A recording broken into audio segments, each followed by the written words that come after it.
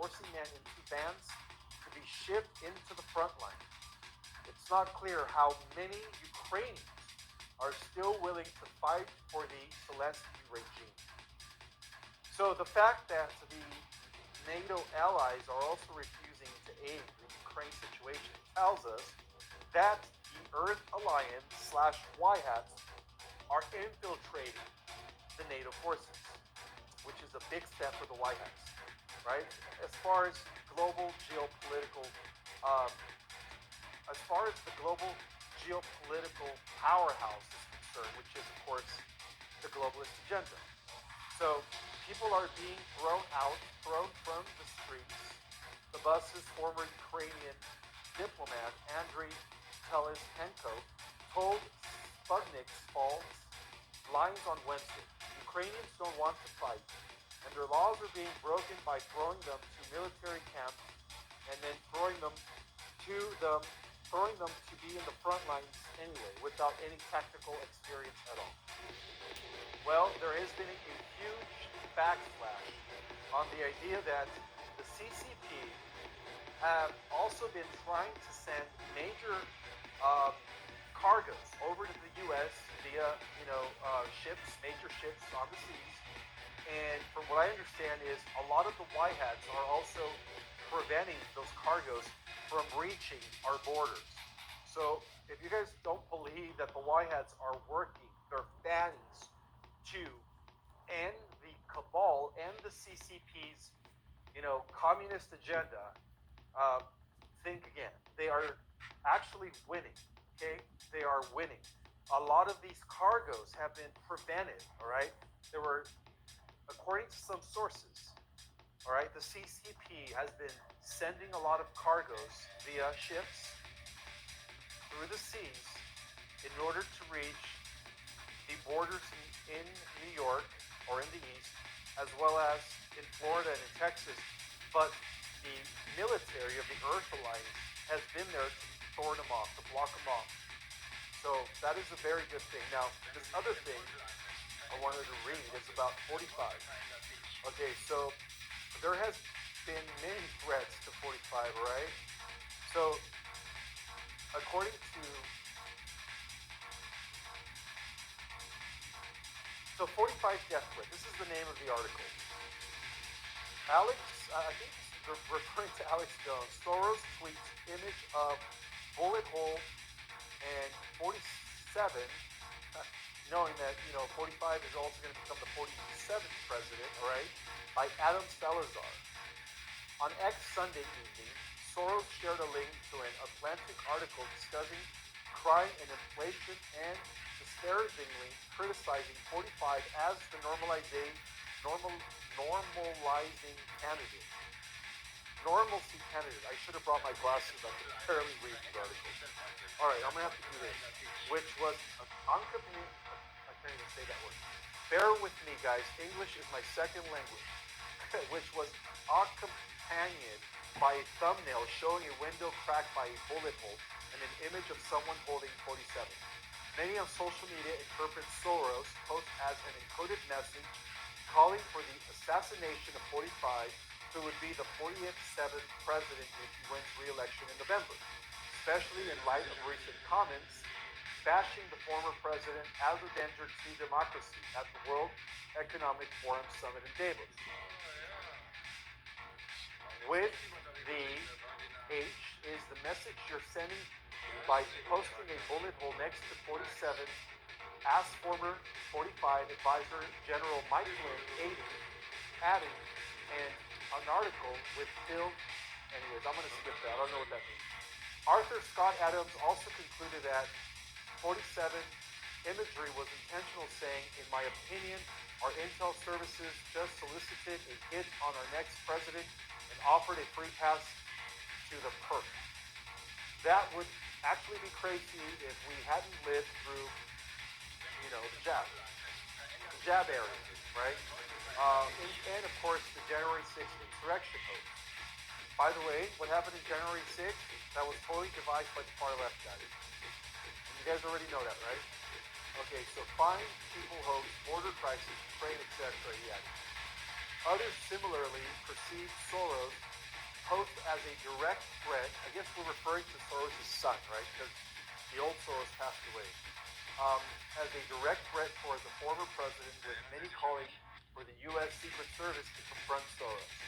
Keen observers also took note of the U.S. dollar bill's photograph, which appeared to be silver certificates that last printed under the presidency of JFK Jr., who was assassinated. Interesting. The perceived threats comes as 45 appears set to secure the Republican presidential nomination, sending Democrats into panic mode. As the election approaches, many believe the establishment and deep state may attempt to assassinate 45 out of desperation as time runs short. It certainly doesn't help that the media articles and statements from Democrats continue to raise eyebrows. Last month, Representative Matt Gaetz highlighted a Washington Post article warning of a forthcoming 45 dictatorship in 2024 that was accompanied by a thumbnail of assassinated Roman leader Julius Caesar bursting out of 45's head. Last November, Republican Dan Goldman also stoked controversy when he told MSNBC that 45 has to be eliminated. The death threats against 45 are so notable. Conservative pundits like Alex Jones, Roger Stone, and Tucker Carlson have concluded assassination is on the table this election cycle. Well, bear in mind that there was an assassination attempt at 45 2 years ago, and they did succeed. However, the Earth Alliance utilized a medbed to bring him back. So even if they try to assassinate him again, it's not going to work. It's not going to work. But again, according to this article, these globalists are desperate because they know he's coming back. They know he's coming back. So with Soros' intentions unclear, assassination may be a viable option for the deep state as time runs out and the globalists get more desperate to maintain their world domination. Okay, so showdown in Texas. All right, so Texas defies feds, state troopers, National Guard arrest illegals as they enter U.S. And this is an article by Adam Salazar. The new tough border security measures are part of an executive order enacted last month by Governor Greg Abbott, which gives Texas law enforcement agents the authority to arrest of illegal immigrants. News Nation's Ali Bradley reporting from the area explained Texas troopers have indicated they are prepared and ready to be arrested if they come through. The video comes as the branded administration has sued the state to block the law and demanded access to the area surrounding Shelby Park, where illegals have been entering the U.S. undeterred. Encountering Brandon Border Patrol's agents who catch them, release them into the country. The situation escalated when 3 migrants were reportedly found dead on the Mexican side of the Rio Grande River. The U.S. Justice Department claimed Texas law enforcement hindered their access to Shelby Park, preventing them from conducting a rescue. Texas has thus far refused to grant Border Patrol agents access to the area which they commanded last week, setting off a showdown between the state and federal government. Because the facts and law side with Texas, the state will continue utilizing its unconstitutional authority to defend her authority, and it will continue defending those lawful efforts in court, stated a letter Wednesday from Texas Attorney General Ken Paxton's office. The U.S. Department of Homeland Security, the DHS, stopped wasting scarce time and resources using Texas and start enforcing the immigration laws Congress already has on the books. Okay. And, another thing. Did you guys know that South Africa is suing Israel for genocide? Check this report. So South Africa has gone to the ICJ, or the International Court of Justice, in The Hague, charging that Israel is committing genocide in Gaza. On Thursday and Friday, the court will hear arguments from both sides and will then decide if whether to issue an interim order that Israel stops its bombardment of Gaza. There are ongoing reports of crimes against humanity and war crimes being committed, as well as reports that acts between the threshold of genocide or related crimes as defined in the 1948 Convention on the Prevention and Punishment of Genocide that have been and may still be committed in the context of the ongoing massacre in Gaza, said Clayson Monyela, spokesperson for South Africa's Department of International Relations and Cooperation. South Africa and Israel are both signatories to the convention. Legal experts say that the full case to prove Israel is guilty of genocide could take years, but the hearings this week are an urgent measure to seek a quick order against Israel in the meantime. If South Africa wins at what is often dubbed the World Court, it will be an international embarrassment for Israel. In a first response to South Africa's suit, Israel Foreign Minister blamed Hamas for the suffering of Palestinians in the Gaza Strip by using them as human shields and stealing humanitarian aid from them, accusation Hamas denies. Israel has made it clear that the residents of the Gaza Strip are not the enemy and is making every effort to limit harm to the non-involved, the ministry statement said. Palestine, whose statehood is contested but is seen by the court as having observer state status, said it welcomed South African suit.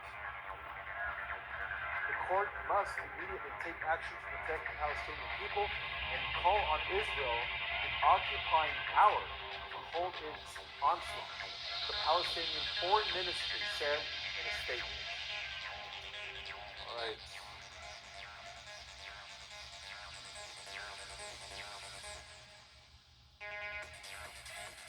All right, also as a reminder, on this day, January 2nd, in 1989, Prince William of Orange, future King William III of Britain, summoned convention Parliament to discuss ruling jointly with his wife Mary, daughter of exiled King James III. So these are events that took place on the same day. In 1879, the Battle of Wood, British garrison of 150 holds of 3,000 to 4,000 Sulu warriors, 11 Victoria Crosses, and a number of other decorations were awarded to the defenders. Okay. 1905, on this day, in St. Petersburg, Russia, a large demonstration of workers led by Father Gapon marched the Winter Palace with a petition to the Tsar. Troops fire on protesters, in what became known as Bloody Sunday. Right, 1973, in a landmark decision, the U.S. Supreme Court legalizes most abortions. Roe versus Wade, authoring the majority opinion, Harry Blackman, states that the criminalization of abortion does not have roots in the English common law. So those are events that took place today on January 22nd. I want to welcome everyone that is here today. You have to understand that the Whitehats are working from behind the scenes.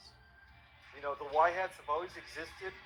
They have actually been around for thousands and thousands of years. And for those that have read my book, Our Cosmic Origin, there is a direct, intimate connection between the Earth Alliance that is kicking butt nowadays, right, due to the transition of ages, and the Lyran forces and all of those positive races throughout the galaxy that have been fighting against the Galactic Empire. Okay?